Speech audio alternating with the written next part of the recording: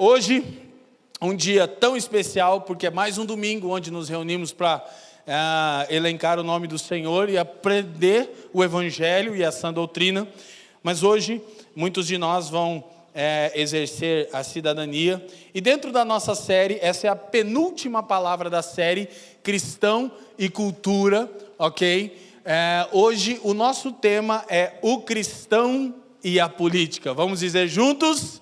O cristão e a política. Então, vocês sabem que nós temos nos empenhado por ensinar, todos os temas à luz das Escrituras. E a política é também um tema em que as Escrituras têm muito a nos dizer. Nesse meio tão complexo, nesse contexto tão polarizado e tão delicado, nós entendemos que hoje é oportuno para compartilharmos essas verdades, ok? Para isso eu gostaria que você abrisse as Escrituras em Mateus capítulo 22, ok? Eu esqueci de passar o texto bíblico, para o time lá. Vamos ler do versículo 15 em diante. Mateus capítulo 22, verso 15. Então, retirando-se os fariseus, consultaram entre si como surpreenderiam em alguma palavra, ou seja, eles queriam surpreender o Cristo. E enviaram-lhe os seus discípulos com os herodianos, preste atenção, com os representantes do líder político da época. Há uma fusão aqui entre religião e política, entendeu? Religião humana e política humana, esses dois grupos vão a Jesus para tentá-lo, aleluia? E então foram até ele, dizendo: mestre, bem sabemos que és verdadeiro, e ensinas o caminho de Deus segundo a verdade, e de ninguém se te dá, porque não olhas a aparência dos homens. Dize-nos, pois, que te parece? É lícito pagar o tributo a César, o imperador, ou não? Jesus, porém, conhecendo a sua malícia, disse: por que me experimentais, hipócritas? Mostrai-me a moeda do tributo. E eles lhe apresentaram um dinheiro. E ele disse-lhes: de quem é a esfinge ou a imagem e esta inscrição? Disseram-lhe eles: de César. Então ele lhes disse: dai, pois, a César o que é de César, e a Deus o que é de Deus. E eles, ouvindo isto, maravilharam-se, e deixando-o, se retiraram. Curva a sua cabeça. Pai, te damos graças uma vez mais nessa manhã. Erguemos o nome do seu Filho, Cristo Jesus, mais alto do que qualquer outro nome.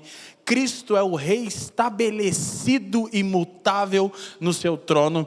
É para quem nós olhamos e é em quem depositamos toda a nossa esperança de salvação.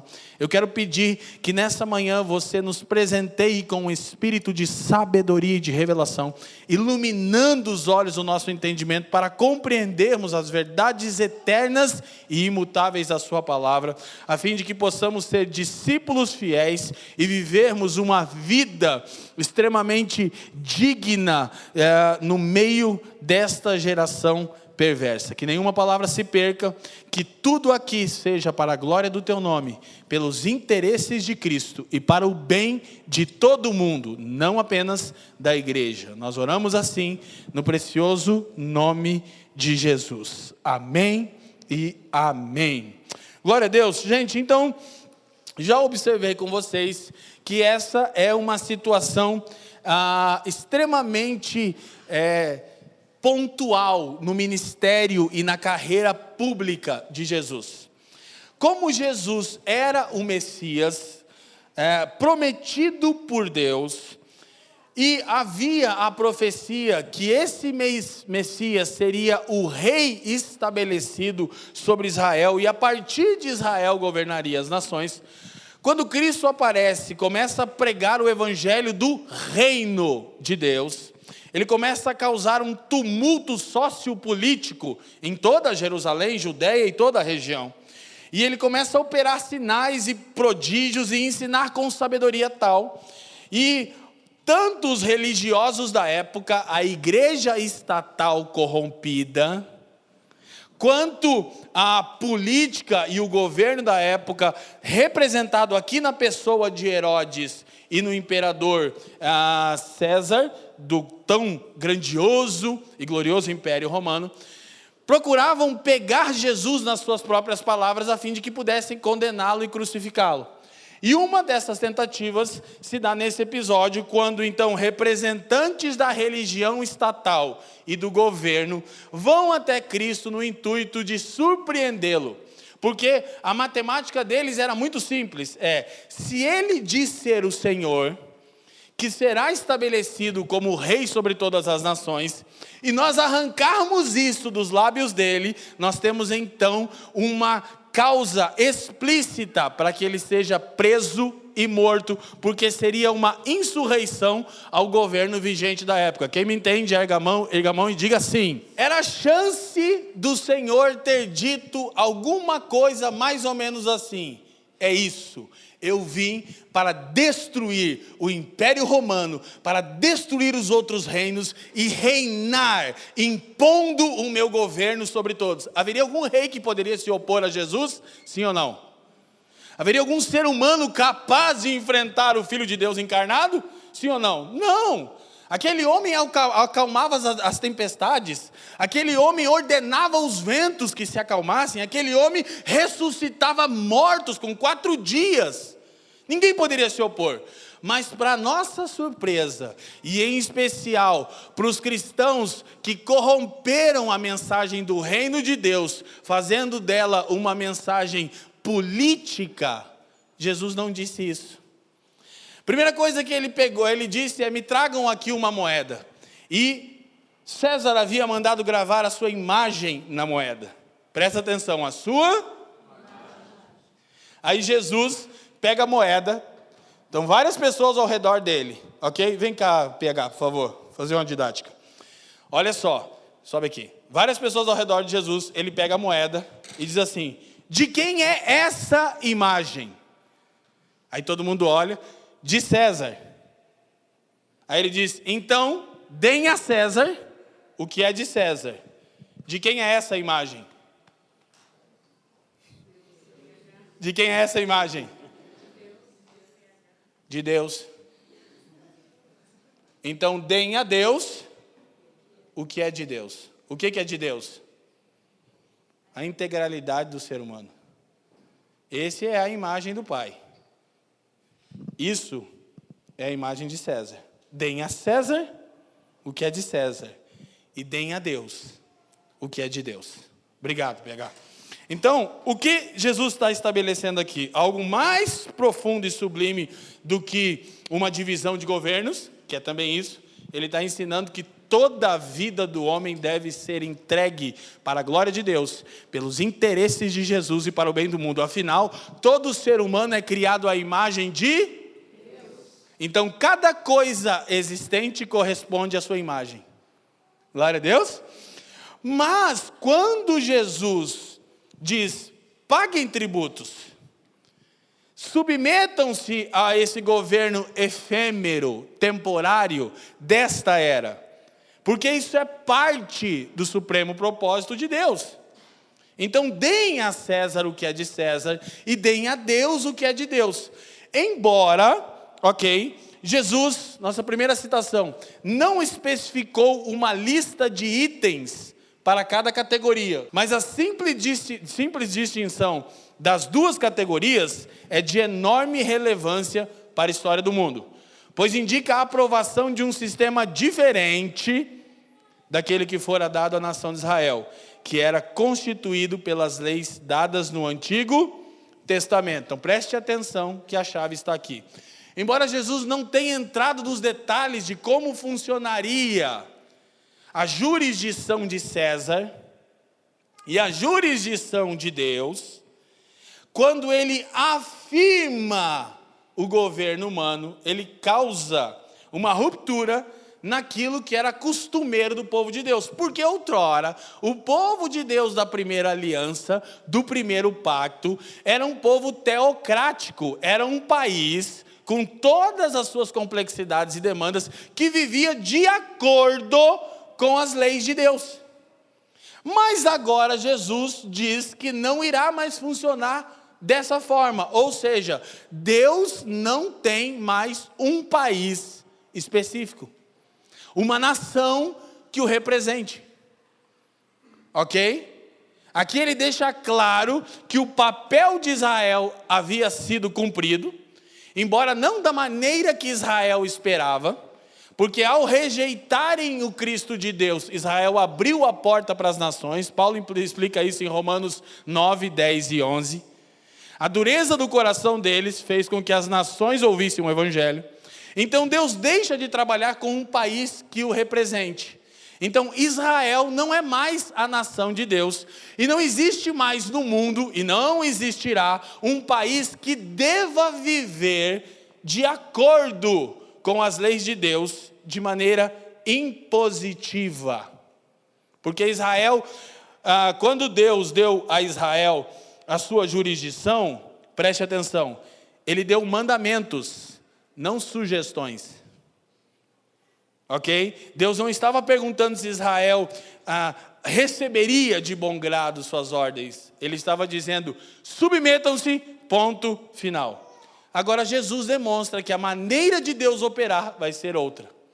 Ele não mais vai impor a nenhuma nação que submeta-se à sua lei, mas por intermédio da pessoa do seu filho, da proclamação do evangelho que se daria pelos apóstolos e pelos discípulos, Deus chamaria pessoas para voluntariamente submeterem-se às suas leis e então fazerem parte do seu reino, que não é um reino de ordem mundana, natural. Ok? Você que ainda não nos acompanha, não vá tirando conclusões precipitadas, porque não somos cristãos alienados. Não faça isso, que você não vai passar muita vergonha, tá bom?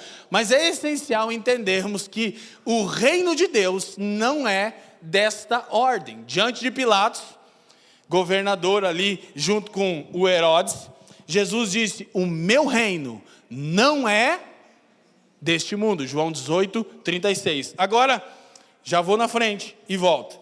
Infelizmente, muitos cristãos se tornam alienados da sociedade e da vida comum, porque interpretam essa fala de Cristo, baseada nessa sentença, dai a César o que é de César e a Deus o que é de Deus, juntamente com o meu reino não é deste mundo, com o entendimento de que a igreja não deve se envolver com a política terrena e com a vida social comum. Não, Jesus jamais ensinou isso. Ao contrário, ele reconheceu, preste atenção, a legitimidade de César. Gente, eles achavam que Jesus ia dizer, César tem que ser morto, faca na caveira, todo mundo pega em arma, partiu, armamento liberou geral, vamos pipocar para tudo quanto é lado. Jesus não fez isso. Jesus disse, deem a César o que é dele. E o que é de César? A economia desse mundo. Entende qual é o problema que a gente tem político? É um problema econômico. Você sabia que a maioria das pessoas não se importariam com valores dos governos, desde que a economia dos países fosse bem? Grande parte dessa tal luta por valores é hipocrisia. A começar pelos crentes evangélicos que dizem estar lutando para que eles possam ter liberdade religiosa, para pregar o evangelho. Mas olha para mim, você prega o evangelho? Doideira. Todos os dias da semana você usa as oportunidades para anunciar a Cristo? Se não, fica a dica do seu pastor, não vai para a rede social ser hipócrita. Deus sabe que é mentira, você sabe que é mentira, eu tenho quase certeza que é mentira e o capeta sabe que é mentira. Quem está me entendendo? Então a gente está agora lutando pelos valores cristãos, mas você nunca anunciou o evangelho ao seu vizinho. Estamos lutando para que tenhamos acesso à Bíblia, mas você não lê as Escrituras. Que povo maluco! Você despreza de segunda a segunda esse livro inspirado por Deus e agora quer ter o direito de usá-lo. Nunca usou! Glória a Deus! Então, isto posto, eu quero que isso fique bem claro. Quando o Senhor disse, o meu reino não é deste mundo, presta atenção, Ele não estava sugerindo que a fé cristã é uma fé alienada dos reais problemas do mundo. Ao contrário, é pelo reino de Deus não ser deste mundo que ele é para este mundo. Pois somente um reino transcendental e eterno pode curar as feridas desse mundo temporal e caído. Vou repetir de novo, bem devagarzinho. Somente um reino transcendental de outra ordem, que transcende, eterno, pode curar as feridas desse mundo terreno, caído e passageiro.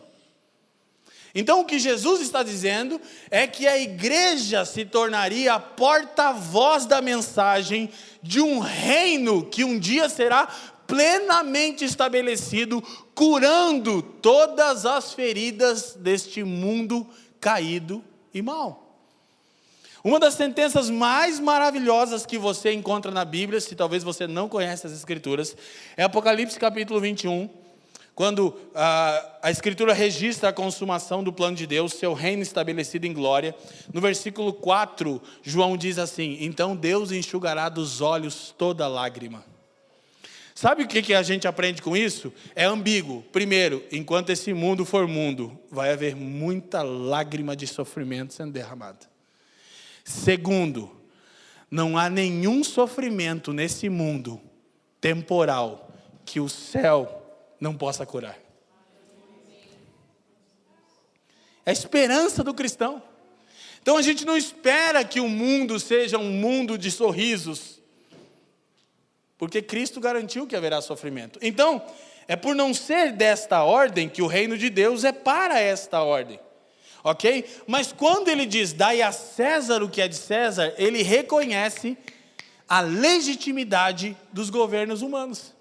Ele está dizendo, eu não estou incentivando ou autorizando o meu povo a promover rebelião para que os governos desse mundo caiam e eu então seja exaltado. Inclusive, eu já disse aqui várias vezes em outros sermões, que quando Jesus está no Getsemane, ele está se entregando e os soldados dizem, ele diz aos soldados, a quem vocês buscam? Então o representante diz, a Jesus o Nazareno, e aí ele diz, eu sou. O que as Escrituras dizem que acontece?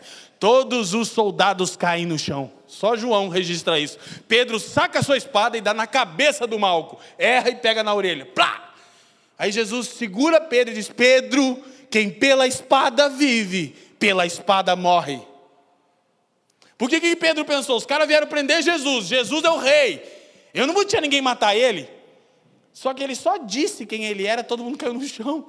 Aí Pedro fez a conta rápida, meu Deus, vai ser mais fácil do que eu pensava. Gente, é sério, nada pode ter passado na cabeça de Pedro que não tem. Inclusive Pedro era o mais crente, que Jesus chama de incrédulo. Não tinha ninguém mais crente em Jesus do que Pedro. Ele estava pronto para faca na caveira. Vamos para a guerra, vamos para o conflito, vamos se matar. Ele estava pronto. Por que ele negou a Cristo? Porque ele se frustrou com o reino de Cristo. Aí Jesus segurou e disse, Pedro, não estou precisando de ajuda. O texto diz que Jesus diz assim, ó, ao meu comando, 12 legiões de anjos entram em ação. Eu já disse isso, uma legião, 6.000 soldados romanos, 12 vezes 6, 72.000 seres angelicais estão esperando que eu estale os dedos, Pedro, e nem o Thanos, em toda a sua glória, vai produzir tanto estrago. Aleluia, os irmãos acordar? Lembra do Thanos? O que ele estava dizendo, Pedro, eu não vou estabelecer o meu reino por poderio militar. Eu não estou pedindo ajuda de vocês. Ninguém toma a minha vida, eu a dou, porque poder no reino de Deus se manifesta com entrega aos propósitos supremos de Deus. Aí Pedro se frustra, porque Pedro era um zelote. Pedro queria ver o pau quebrar. Pedro estava lá, né, com seus muitos ídolos. E Jesus disse, não é assim. Aí os caras depois chegaram para Pedro, você estava com ele? Eu não.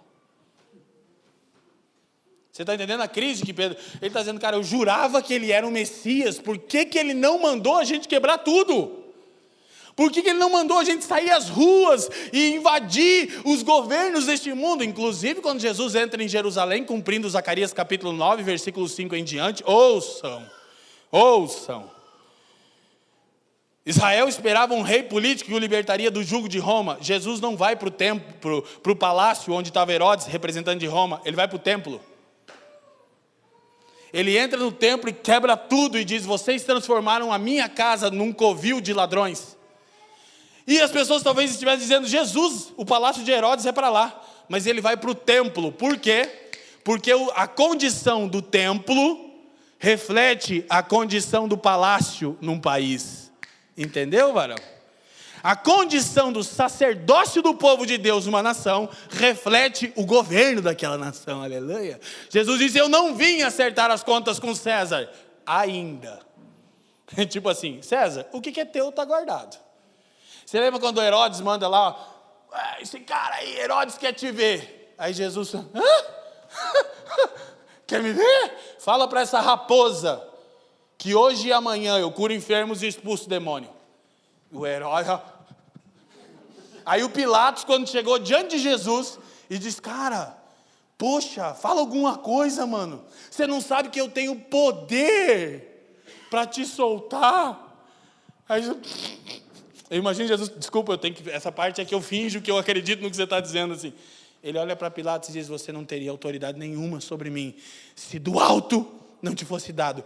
Eu estou submisso a alguém superior a César, Pilatos. Cala a boca e torna isso mais fácil. Quem está me entendendo? Por que eu estou lembrando isso? Porque tem crente achando que hoje Jesus precisa da nossa ajuda. Não, Leandro, entendi tudo. As pessoas dizem para mim: eu entendi, mas hoje a gente sabe o que tem que fazer. Sabe? Hoje é mais um dia onde a gente se reúne e lembra que Jesus é o Senhor, exerce cidadania com sabedoria, com temor, com respeito, respeitando um país democrático, mas para de degladiar-se entre si, de ofender pessoas, de estereotipar gente e de achar que partido político define a fé de alguém. Aleluia.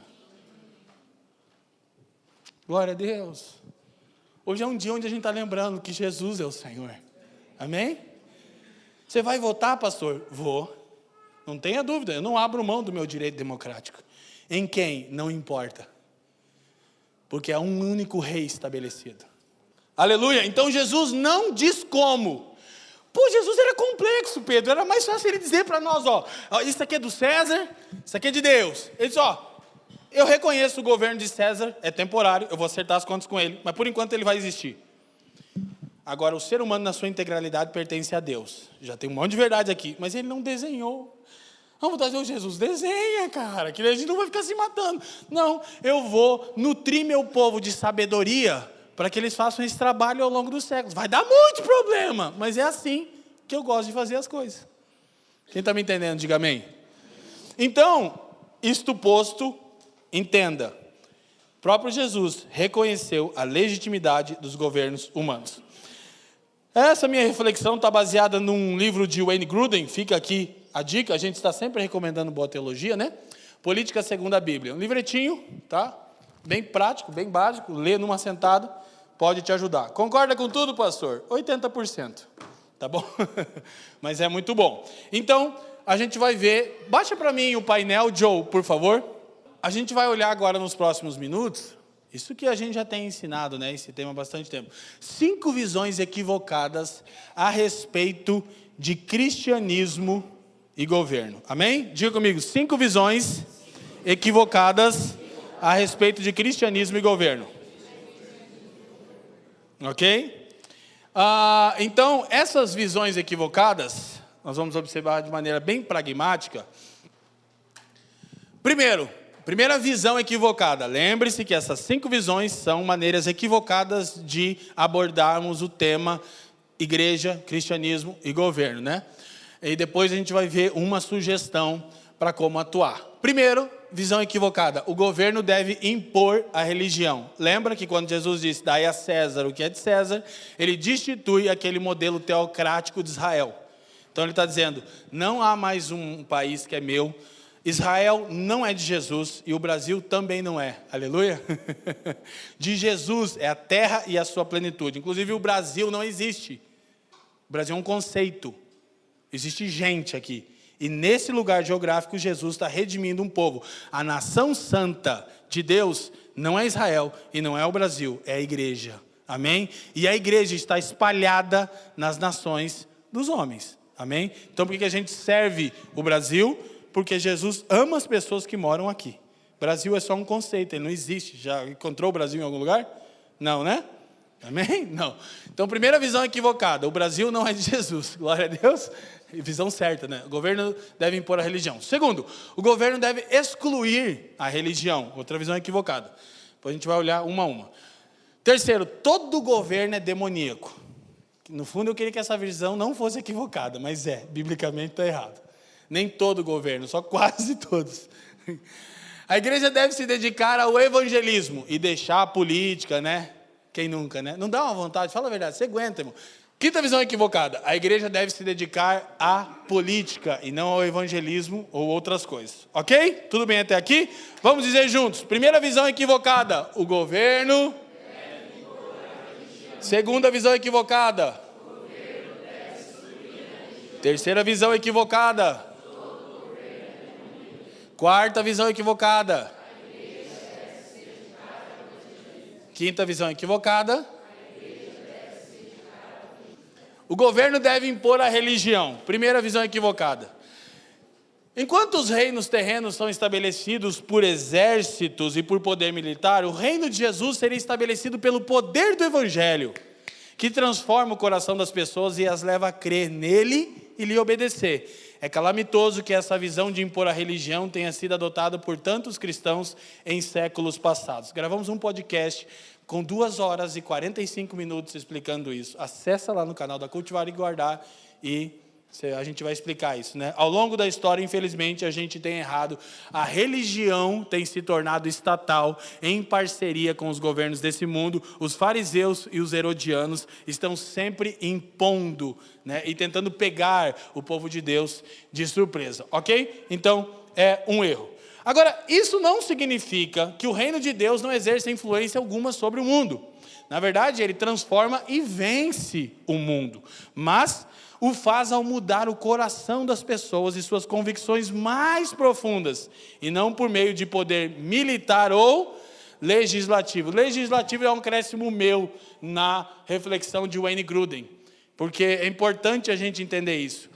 Deus não apenas não irá estabelecer o governo de Cristo por meio de poder militar, como não fará isso por intermédio de poder legislativo, estabelecer leis cristãs. De novo, quando Jesus diz, dai a César o que é de César, ele está reconhecendo a legitimidade, embora temporal, dos governos desse mundo, e está dizendo, eu não mais vou trabalhar como trabalhei com Israel, onde eu estabeleci as minhas leis e todos eram obrigados a obedecê-las. Eu não mais farei isso. Israel era apenas uma sombra. Então a gente precisa entender o seguinte, a gente precisa trabalhar pela liberdade religiosa, quem está me entendendo?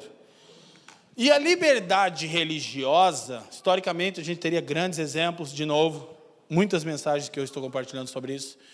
A liberdade religiosa não é apenas a liberdade religiosa para o cristianismo, gente. Liberdade religiosa para todas as religiões, ok? Então, plena liberdade religiosa deve ser o primeiro princípio apoiado e defendido pelos cristãos que almejam influenciar o governo. Deixa eu falar isso bem devagarzinho, eu já disse, inclusive na minha oração, estou sempre repetindo. Gente, a igreja é a única sociedade cooperativa que existe para o bem dos seus não-membros. Toda cooperativa tem uma característica. É o ajuntamento de pessoas com interesse comum, visando o seu próprio benefício. Isso é uma cooperativa. A igreja é a única sociedade cooperativa que existe não para os seus próprios interesses, mas para os interesses do outro. Por quê? Porque a igreja compreende a obra redentora de Deus como plena, a igreja deposita a esperança na transformação plena de todas as coisas, por intermédio do retorno glorioso de Jesus, e portanto a igreja está satisfeita nesse mundo, sem nenhuma expectativa terrena, ela pode servir às outras pessoas, quem está me entendendo? Só que o que a igreja está fazendo? Está militando em causa própria. Há vários temas que estão sendo discutidos agora, que são temas caros, são temas que a palavra de Deus, na maior parte, reprova, são temas que nunca interessaram a igreja, e agora, de repente, ela está interessada. Quem está me entendendo? De repente, a gente se interessou por um monte de tema, que nunca demonstrou interesse nenhum.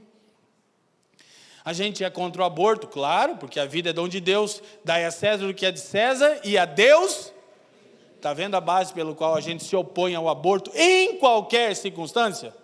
Agora, olha como é fácil para mim falar que nós nos opomos ao aborto em qualquer circunstância. Mas se uma família tem um filho, acontece muito isso, com problemas de saúde gravíssimos, a gente poderia listar vários problemas de saúde, a igreja está disposta a apoiar essa família? Não. Mas ela é contra o aborto. Quem está me entendendo? É muito fácil, quando não custa nada para nós. Então, lógico, vou dizer de novo, dai a César o que é de César, a vida é dom de ninguém toca. Só que mais do que falar de um púlpito com ar-condicionado no 17, num domingo ensolarado gostoso, na capital mais linda do Brasil, com potencial para ser a Nova Jerusalém, a gente precisa se envolver com o real problema das pessoas, não só dizer, nós somos contra o casamento homoafetivo. Tá, e qual é o nosso envolvimento com essa causa? Como que nós tratamos as pessoas que têm uma opção sexual diferente da nossa? Nós somos contra a doutrinação das crianças e da ideologia de gênero nas escolas. Você ensina a Bíblia para os seus filhos? Sim. Amém. Essa palavra diz que se eu ensinar o Benjamim, ninguém tem mais autoridade do que eu sobre ele. Se eu encucar na cabeça, está aqui a dona Elisete, aqui, ó, minha mãe. Mesmo num mundo de drogadição e distante do Senhor, os princípios que essa mulher me ensinou quando eu era criança, nunca me deixaram e hoje me conduzem numa vida triunfante. Então, se a gente tiver governantes, ouça isso, que temam a Deus, vamos dizer que não nas medidas que, né? Tudo bem, vai ser melhor? Claro que vai ser melhor, gente.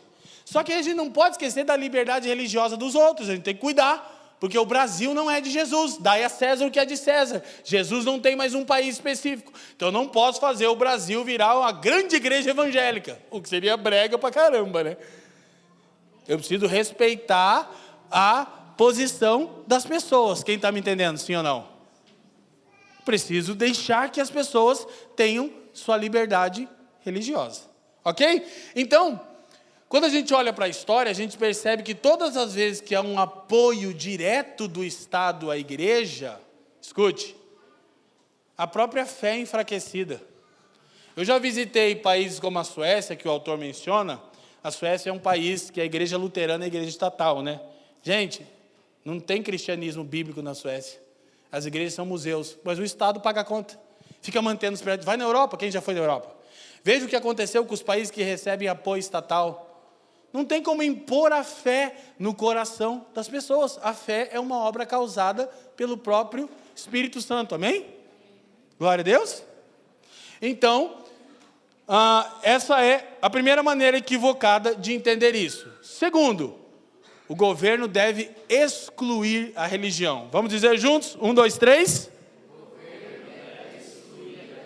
Então, esse daí é um outro erro. Então, as pessoas interpretam que porque não deve haver uma igreja estatal, ok? O governo tem que excluir a religião. Um Estado laico é um Estado que permite que as pessoas professem sua fé. Quem está me entendendo, diga amém. Não é um Estado que tem uma religião, mas não é um Estado ateu, que proíbe a religião na arena pública. A gente fica confundindo as coisas. Então, primeira coisa a se observar é que essa maneira equivocada de interpretar quer excluir a religião da arena pública. Então, de acordo com esse ponto de vista, o lugar da crença religiosa é em casa, onde deve ser praticada de modo discreto, ok? Então, grupos religiosos não devem exercer influência alguma sobre o poder político. Errado. Inclusive o Ocidente, só é o Ocidente por causa do cristianismo, não tem como tirar isso da história do Ocidente. Está errado, a fé não é privada, a fé é pública. Inclusive os cristãos precisam descobrir o que é uma fé pública. Fica a dica para lerem um livro do Miroslav Volf que chama Uma Fé Pública. Como a gente atua na sociedade. Então, a história, de novo, eu vou passar por isso rapidinho. A história comprova os grandes avanços e conquistas dessa atuação. Mas essa vertente costuma dizer que expressar uma opinião religiosa em pública equivale a obrigar as pessoas a aceitar esse ponto de vista. Não é verdade, porque a gente não mais impõe a crença, quem está entendendo? Porque Jesus reconhece um Estado laico. Então, eu tenho direito de me expressar na minha fé. Essa é uma causa que a igreja tem que ficar na trincheira. Não deixa regar, não. Ok? A gente já vai entender. Só que, gente, presta atenção. Aí as pessoas dizem assim, vamos trabalhar, por exemplo, com leis contra o aborto. Por que a gente está fazendo isso? Porque a gente tem que dar a Deus o que é de, e a vida é dom de. Então, o empenho para essa lei, presta atenção, é um empenho baseado na nossa crença, ok? Mas isso não significa que a lei é religiosa. Então, muitas vezes, as pessoas dizem que não pode haver motivos religiosos por trás das leis. Não é verdade, porque tudo no mundo é religião, ok? Então, Wayne Grudem diz, usar motivos religiosos para apoiar uma lei secular não é o mesmo que estabelecer uma religião. Quando a gente está lutando pela liberdade de expressão, porque o Estado é laico, conquista da reforma protestante, quando a gente está lutando pelo direito à vida que o feto tem, não estamos estabelecendo nossa religião. A gente está dando a Deus o que é de Deus. Então, estabelecer uma religião significa estabelecer uma igreja estatal, uma denominação ou religião específica mantida ou apoiada pelo governo. É necessário distinguir entre os motivos para uma lei e o conteúdo da lei. Então, muitas leis, olha para mim, graças a Deus pela história da igreja, muitas leis têm motivos cristãos. Por isso o mundo não está pior. Isso não equivale a impor um cristianismo estatal. Na verdade, toda lei boa e justa provém daqui. Pode fazer um empenho. Se você estuda direito, pode fazer um empenho. Esse livro aqui já tinha dito antes. Pode se empenhar, já estava dito aqui. A lei de proteção da mulher, está aqui, Gálatas 3, 26, 27. Pode fazer um empenho. É um trabalho assim que você... Todo cara que vem na Bíblia ateu, para ele... deu ruim. Proteção do estrangeiro, está aqui. Proteção da vida, está aqui. Cuidado do órfão, está aqui. Cuidado do pobre, está aqui. Não precisa de socialismo, não precisa de capitalismo, nada disso, está aqui. Então o mundo, graças a Deus, não é tão ruim, porque a gente tem leis que são influenciadas pelos valores cristãos, ok? Terceira visão equivocada, vamos dizer juntos? 1, 2, 3. Gente, de vez em quando a gente não quer ceder a essa verdade. Talvez se você até está nessa, fique em paz, tá? Você fala assim, cara, eu vou anular o voto. Direito democrático seu, fica tranquilo. Só que não seja por causa disso, porque não é verdade. Biblicamente, primeiro, quando a gente olha para as Escrituras, a gente vai perceber que, diferentemente desse pensamento, a Escritura reconhece os governos como ministros de Deus.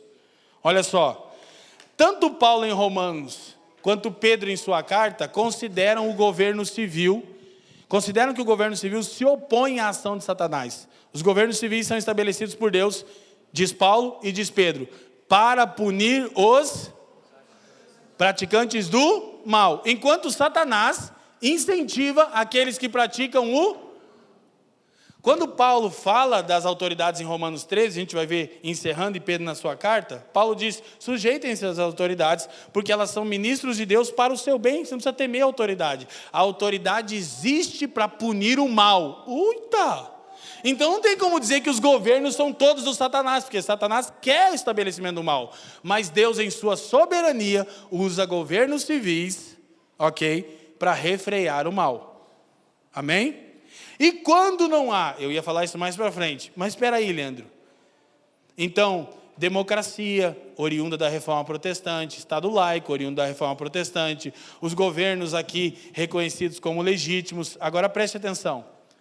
E quando isso não acontece, que a gente tem governos como Coreia do Norte, não temos? Esse governo está cumprindo o seu papel? Sim ou não? O que a igreja tem que fazer? Essa é a pergunta. A maioria acha que a igreja tem que ir lá e matar o gordinho, o baixinho lá. O que seria bem difícil, né? Como é que é o nome dele? Esqueci. Kim Jong-un, o outro é da China, né? Que alguém falou aí. Não, gente. Mas a igreja se submete? Não também. E como é que a igreja se insurge contra um governo corrupto? Pregando o evangelho. Ok? Até que haja um país democrático, de novo, fruto da reforma protestante, e se procure governantes que, no mínimo, cumpram o papel de louvar os justos e punir os maus. Esse é o papel do governo, amém? Então não tem como dizer que todo governo é demoníaco, embora todo governo tenha potencial para ser somente demoníaco. E a história nos comprova, sim ou não? Então, é um equívoco. Quarto equívoco, a igreja deve se dedicar ao evangelismo e não à política. Muita gente acha o seguinte, olha, a gente tem que se envolver só com a pregação do evangelho. Isso dá tanto problema. Não dá, gente? Dá. Não seria mais fácil vivermos na bolha? Não seria melhor a gente fingir que não está acontecendo? Só que aí tem o seguinte, para que a igreja está aqui no mundo? Graças a Deus vai chegar um dia que a gente não vai ter mais discutir isso. Mas por enquanto, a igreja está no mundo para abençoar o mundo. Quem está me entendendo? Então ela vai ter que estar na arena pública, observando, debatendo, dialogando, estabelecendo ali as premissas cristãs para uma sociedade melhor. Não adianta só se dedicar ao evangelismo, ok? Vou passar 2 rapidinhos, que vai na mesma ordem. Isso aqui é muito interessante para nós, que esse pensador fala. Ele diz, a ação social, ou seja, a igreja se envolver com as coisas sociais em todas as ordens, não apenas segue o evangelismo como consequência. Então, primeira coisa, a ação para o bem social é uma consequência do evangelho, porque Jesus curava as pessoas, libertava as pessoas e fazia todo tipo de bem, o Novo Testamento diz. Então, ele estabelecia isso. Gente, só que é uma coisa diferente o jeito que o reino de Deus estabelece. Você lembra quando vieram a Jesus e falaram assim, Jesus está com um problema de herança aqui, como é que resolve? Quem lembra? Jesus disse, quem que me constituiu juiz sobre vocês? Hoje, gente, a gente não entende o que Jesus estava fazendo, está dizendo, vocês não entenderam que eu ainda não estou atuando como rei e juiz. Fica tranquilo, eu vou fazer isso. E vai ser tenso, mas não é agora. Resolvam vocês, eu não sou juiz sobre vocês. Então, entender isso é essencial. Ela é uma consequência e é objetivo, porque é o objetivo do evangelismo que o mundo seja melhor. Então a ação social não apenas segue o evangelismo como consequência e objetivo, ou o antecede como uma ponte, ela muitas vezes é uma ponte para a igreja falar com o mundo, mas também o acompanha como parceira. Então não tem como pregar o evangelho desconsiderando que as pessoas vivem no mundo e que a política é uma das principais pautas, e inclusive é um dos principais mecanismos que determina quão bom uma pessoa pode viver na sociedade ou quão ruim pode ser aquela sociedade. Então não tem como a gente se dedicar só ao evangelismo saindo da arena pública. Por fim, os governos fazem sim diferença na obra do reino de Deus. Por isso Paulo conclamou os cristãos a orar pelos reis e pelos aqueles que exercem a autoridade. Eu vou voltar nisso no final, só ler esse texto inteiro. Então, Paulo diz, orem para que tenhamos uma vida tranquila, piedosa, né? Exerçam o papel de vocês, que na época era diferente, porque é importante que os governos cumpram o seu papel. Ok? E quinto, a igreja deve se dedicar à política e não ao evangelismo. Vamos dizer juntos? A igreja deve se dedicar à política e não ao evangelismo. Bom, isso é tão equivocado que fala por si só, né? Então, por mais que se esforcem para proteger o evangelho da corrupção, os pastores que se voltam para a política e para os políticos como meio de redenção, acabam minimizando o seu chamado e sua mensagem mais fundamentais. Toda vez que a gente deposita esperança de paz e justiça na política, a gente minimiza a nossa vocação de pregar o evangelho.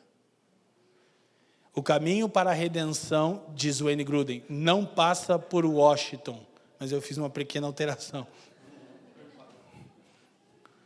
Quem está me entendendo? Então, a gente precisa entender a nossa atuação, ok? Dois movimentos são responsáveis por isso, por essa questão de a igreja dedicar-se somente à política. O evangelho social, que nasce dentro do catolicismo e depois recebe o nome de teologia da libertação, que é quando a teologia bíblica sucumbe ao marxismo, quando os cristãos deixam o marxismo tomar o papel principal, nasce a teologia da libertação. E na versão evangélica, não é justo dizer que todo mundo envolvido com esse tipo de movimento está nisso, mas é majoritariamente chamado na academia de missão integral. Eu acho um erro, que a gente conhece várias pessoas que trabalham com essa linguagem de missão integral, porque a missão é integral. Mas, basicamente, no catolicismo, é o evangelho social, a teologia da libertação. No cristianismo liberal, é a missão integral. Gente, olha só, eu quero que você pense bem na prática. Se você já pensou alguma coisa mais ou menos assim, porque eu já, sem saber o perigo que a gente estava cometendo. Você já ficou tão cansado de ver a igreja esbanjando sua prosperidade, bênção, conquista e vitória financeira, que você pensou assim, cara, eu só quero viver o evangelho com um grupinho pequenininho nas casas e cuidar dos pobres. Alguém já pensou isso? Eu não pensei, eu fiz isso com toda essa galera aqui. Não é que a gente pensou, a gente fez. E eu nem sabia que a gente estava se tornando o socialismo cristão. O PSOL de Jesus. Mas a gente estava tão frustrado com a teologia da prosperidade, gente, e com os desvios doutrinários, que eu disse, cara, eu não quero participar disso. E a gente começou a cuidar dos pobres, e tem tantos desafios nas comunidades carentes, que a gente falou, cara, quer saber? Eu vou só cuidar de pobre. Aí você percebe que o evangelho, o pobre não é o centro do evangelho. E a gente acha que trabalho social é mais espiritual do que esse trabalho aqui, que eu estou fazendo. Você acha que é mais espiritual sair daqui com uma cesta básica e ir numa comunidade, do que o seu pastor explodir a mente dele, de tanto refletir à luz da história, da Bíblia, da boa teologia, para ensinar como se faz. Você está errado, irmão. Isso aqui é mais importante. Porque Jesus disse assim, ó, os pobres sempre terão convosco. Sabe o que ele quis dizer? Vocês não vão erradicar a pobreza, a igreja. Infelizmente, é uma verdade. Quer dizer que ela não vai atuar? Vai atuar, com a consciência que é só Jesus que pode mudar o quadro total. É por sabermos que ele vai mudar, que a gente já faz, antecipando o que um dia será pleno. Quem está me entendendo, amém? Então, mudanças autênticas e duradouras em uma sociedade ou nação, só ocorrerão. Não adianta ficar só política, daí a gente pensa que por meio da política, do trabalho social, de um governante cristão, a gente vai tornar uma sociedade transformada. Não, se o coração das pessoas mudar, para que procurem fazer o bem e não o... Como é que o coração das pessoas vai mudar? Pelo evangelho. Ok? 2, se a mente das pessoas mudar, para que suas convicções morais se alinhem de modo mais próximo aos padrões morais descritos na Bíblia. Como isso vai acontecer? Se a igreja encarnar a palavra e entrar na arena pública da política. As pessoas vão começar a ver um novo padrão de vida. Quem está me entendendo? Então, eu estou dizendo que a gente está tão desgastado que as pessoas pensam que nesse confronto que a gente está com as muitas idolatrias, é porque eu estou dizendo que a igreja não deve se envolver. As pessoas que não me chamam de comunista, socialista, marxista, né, que eu sempre digo que o único ista que eu sou é paranista, e já tem sofrimento suficiente nisso. Os irmãos querem botar mais uns 3 istas em mim. Ser paranista já é um sofrimento eterno, né? Quase que um inferno para alguém. Torcer para aquele time. Então as pessoas, aí tem gente que fala isso, e tem gente que diz, é isso aí mesmo, pastor, política do Satanás, né? Deixa isso para lá. Não estou dizendo isso. Eu até queria que tivesse isso na Bíblia, mas não está escrito. Então... a gente vai ter que entender que pregando o evangelho, vivendo ele entre ele e se inserindo na arena pública e política, a gente vai mostrar para o mundo uma nova forma de viver. John Stott diz que a igreja é, antes de qualquer coisa, uma nova ordem social. Ela coloca um paradigma que as pessoas não conseguem. Meu Deus, tem como viver em comunidade, cuidando uns dos outros, sem ser socialista, marxista? Marx chegou bem atrasado na história. Meu Deus, tem como reconhecer a capacidade e o mérito de um trabalhador sem ser seguidor de Adam Smith? Adam Smith chegou bem depois. O evangelho ensina o mérito, o fruto. Eles gozam do teu trabalho com a tua mulher, rapaz. O que ele está dizendo? Cara, no fim do mês, leva a tua mulher. Vai recebendo aí, vai não. Para jantar no restaurante mais caro de Curitiba, que o trabalhador é digno do seu. Não tem esse negócio. Mas vamos taxar as grandes riquezas. Sabe o que Jesus espera? Que o rico não ame a riqueza e voluntariamente reparta da sua prosperidade. Isso é evangelho. Amém? Então, terceira coisa que vai mudar, se as leis mudarem, para que incentivem de modo mais pleno a boa conduta e castiguem a conduta errada. Então, a gente já tem muitos frutos disso aqui. Gente, vou falar uma coisa. O Brasil, enquanto país, é maravilhoso. Vocês sabiam disso? Que a gente está quase, Venezuela, sai dessa loucura. O Brasil é um dos melhores lugares do mundo para se viver hoje. Sabe por quê? Por causa do evangelho. O Brasil é um país democrático, o Brasil é um país com muitas diferenças. Cara, o Brasil é top, gente. O Brasil é maravilhoso. E ninguém vai conseguir subir no poder em 3, 4 anos. Fechem as igrejas. Grava o que eu estou falando aqui. Pode me cobrar disso. E se fechar? Tranquilo, rapaz. Para nós vai ser até um problema a menos. É sério. Que a gente vai mostrar como que a igreja se rompe com isso. Então, basicamente diz isso. Qual é a postura cristã? Influência cristã expressiva sobre o governo. Aí sim, influência cristã, não partidária, não ideológica, não visando o interesse da igreja. A influência do evangelho. Aí sim, aí vão ter que engolir a gente vai ficar toda hora dando palpite. Amém? Esse autor conclui dizendo: influência cristã expressiva sobre governos não implica imposição, não corresponde a silêncio, não significa retirar-se do processo democrático e tampouco imaginar que o governo pode salvar as pessoas. Não é sinônimo de influência irada, beligerante, intolerante, cheia de ódio, mas sim de influência, vamos ler todo mundo junto? Cativante, gentil, solícita, amável, persuasiva, própria para cada circunstância e que sempre protege o direito do outro de...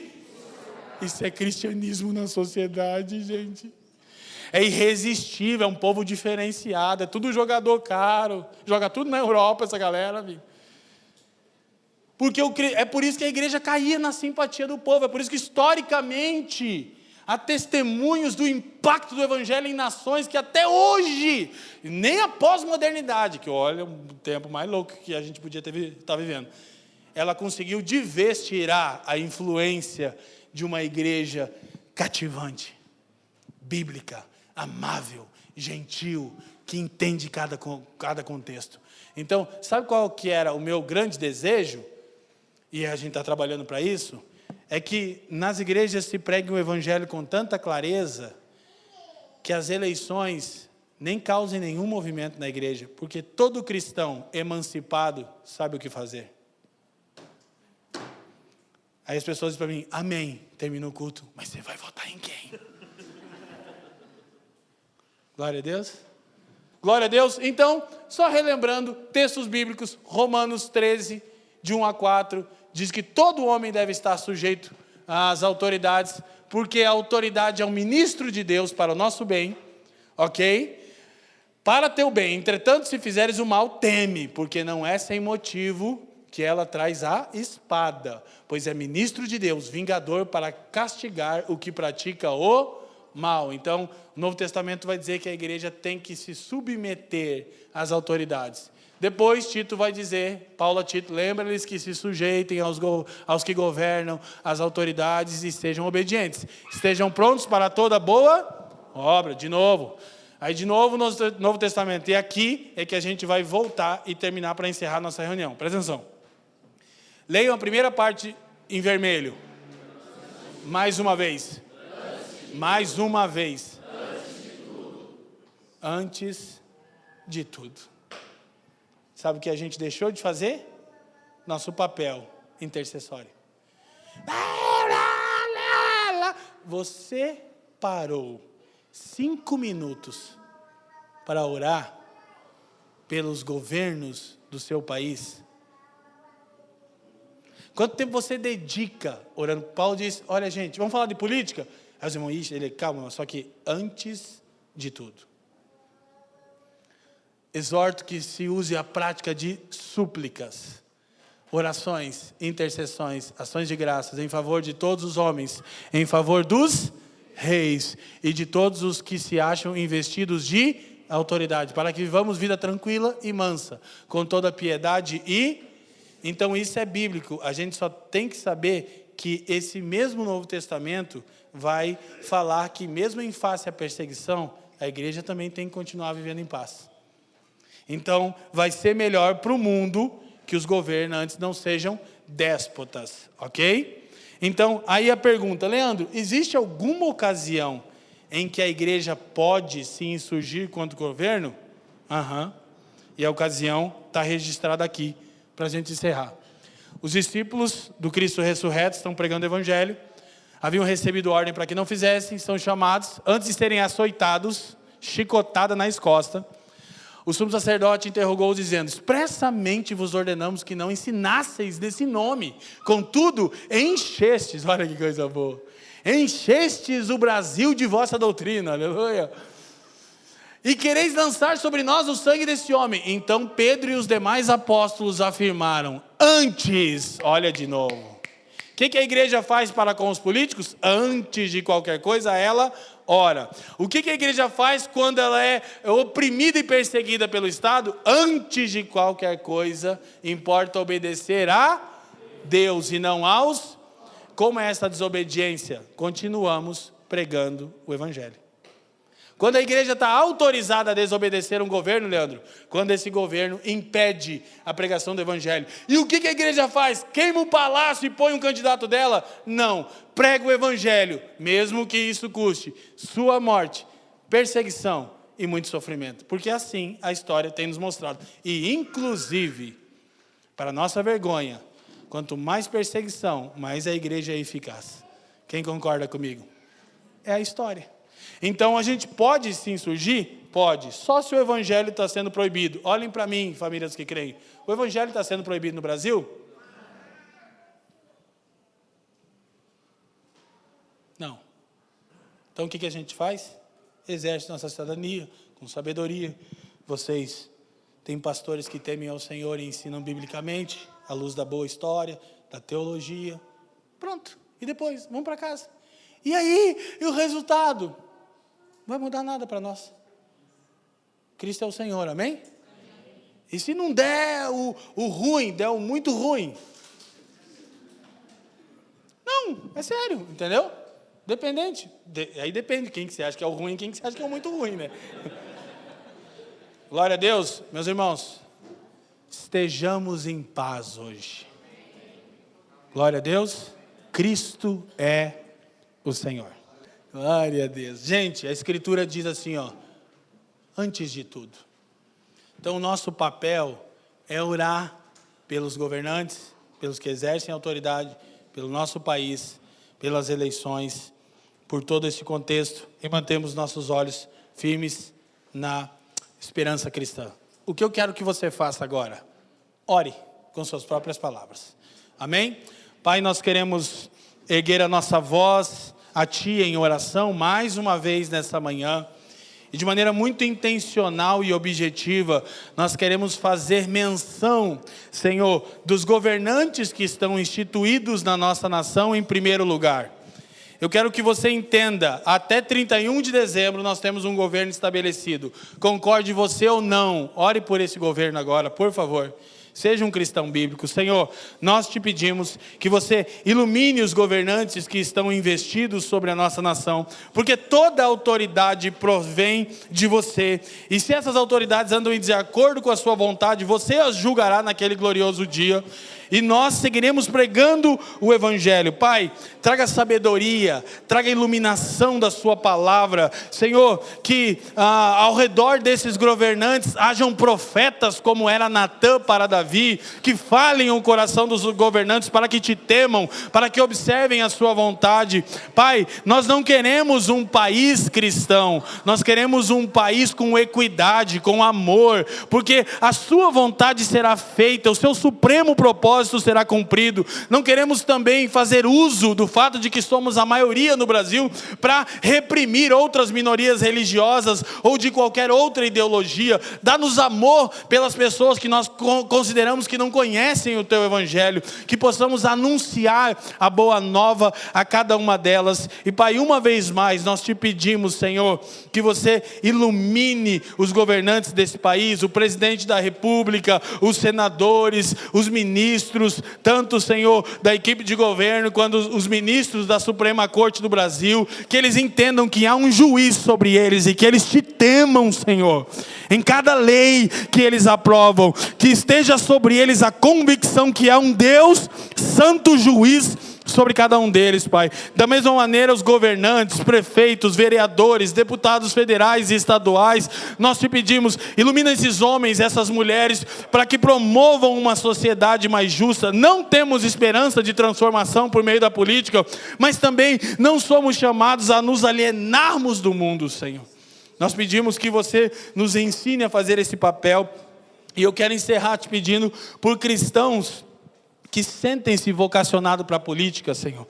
Que eles possam de fato entender isso como uma vocação, entender que a igreja não milita a causa própria, porque você é o Senhor que protege a igreja, e você disse, as portas do inferno não prevalecerão contra minha igreja. É fato que não queremos um governo corrupto, déspota, tirano, ditatorial, mas Senhor, o seu povo nunca foi parado por toda a história, e não será agora. O seu povo é triunfante, porque você é o cabeça da igreja, você é o Rei dos reis, você é o Senhor dos senhores.